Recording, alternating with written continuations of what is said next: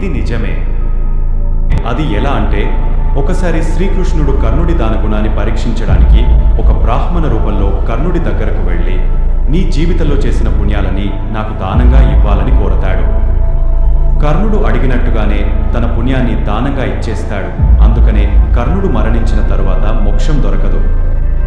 కర్ణుడి దాన గుణానికి చలించిపోయిన కృష్ణుడు కర్ణుడితో ఇలా చెప్పుతాడు: కర్ణ, నువ్వు తరువాత జన్మలో ఒక దైవ భక్తుడిగా పుట్టి ఈ ప్రపంచాన్ని కాపాడటంలో పాత్ర పోషిస్తావు. అప్పుడు నువ్వు మోక్షాన్ని పొందుతావు అని అంటాడు. బహుశా అందుకే కల్కి సినిమాలో కర్ణుడు ప్రభాస్ రూపంలో పుట్టి అశ్వత్థామ ఓడిపోతున్న సమయంలో ప్రభాస్లో కర్ణుడు పునతాడు. అయితే శ్రీకృష్ణుడు చెప్పినట్టు కర్ణుడు ప్రభాస్ రూపంలో పుట్టి ధర్మం వైపు నిలబడి కల్కి అవతారానికి సహాయం చేసి మోక్షం పొందుతాడు.